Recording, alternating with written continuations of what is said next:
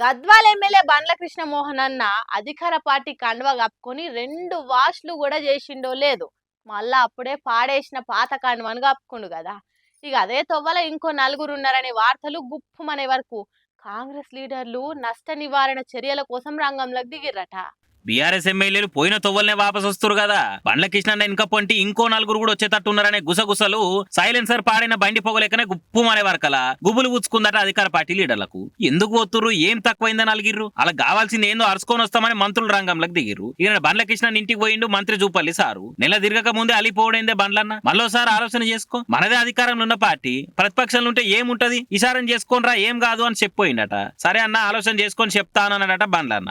ఇక CM sir కూడా పోసారం sir తోటి ఎమ్మెల్యేలతోటి ములాఖత్ అయ్యిండు. సార్ అమెరికా పోతున్నాడు కదా, ఇక అప్పటిదాకా ఎమ్మెల్యేలు ఏమేం చేయాలి ఏం కథ అనేది మాట్లాడుకొచ్చిండు. ఇక పోసారం సీన్ సార్ తోటి ఇక సీన్ అన్నా నువ్వేం వేరే ఆలోచన పెట్టుకోలే కదా, ఏమని ఉంటే నాకు చెప్పుర్రి, మనసులో ఏం పెట్టుకోకుర్రి అని ధైర్యం చెప్పిండట. అవన్నీ గాలి వార్తలు రేవంత్ అన్న మేమేడికి పోతామని చెప్పిరట జంపైన ఎమ్మెల్యేలు. మరి చూడాలి దేని దాకా పోతుందో ఏం కథను. జమ్మలక్కడి పంబ సినిమా మీరు అందరు చూసిరు కదా, అందులో అంత రివర్స్ అయ్యి పెద్ద పెద్దోళ్ళు కూడా లాగులేసుకొని బడికి పోయి పద్యాలు పాటలు నేర్చుకుంటా సార్లను కాల్చుక తింటారు. ఇగో ఇప్పుడు మీరు చూడబోయే వార్త చూస్తే కూడా ఆ సీనే యాది రావచ్చు. కానీ ఆ సినిమాల సీనుకు ఈ ముచ్చటకు మాత్రం ఎసోంటి సంబంధం లేదు. మరి అసలు మ్యాటర్ ఏందో చూసేది.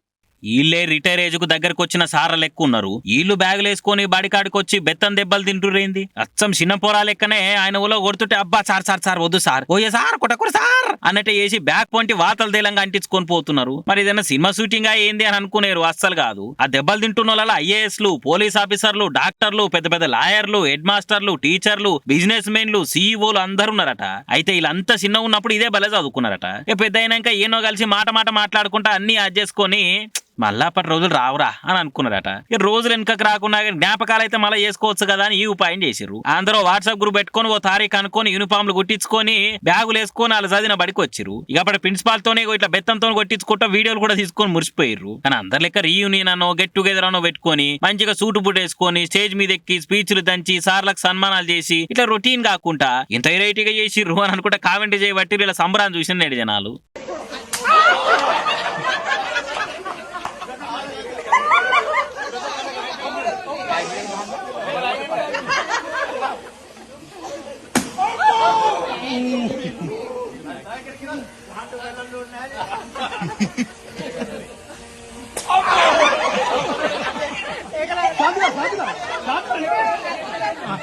Raman.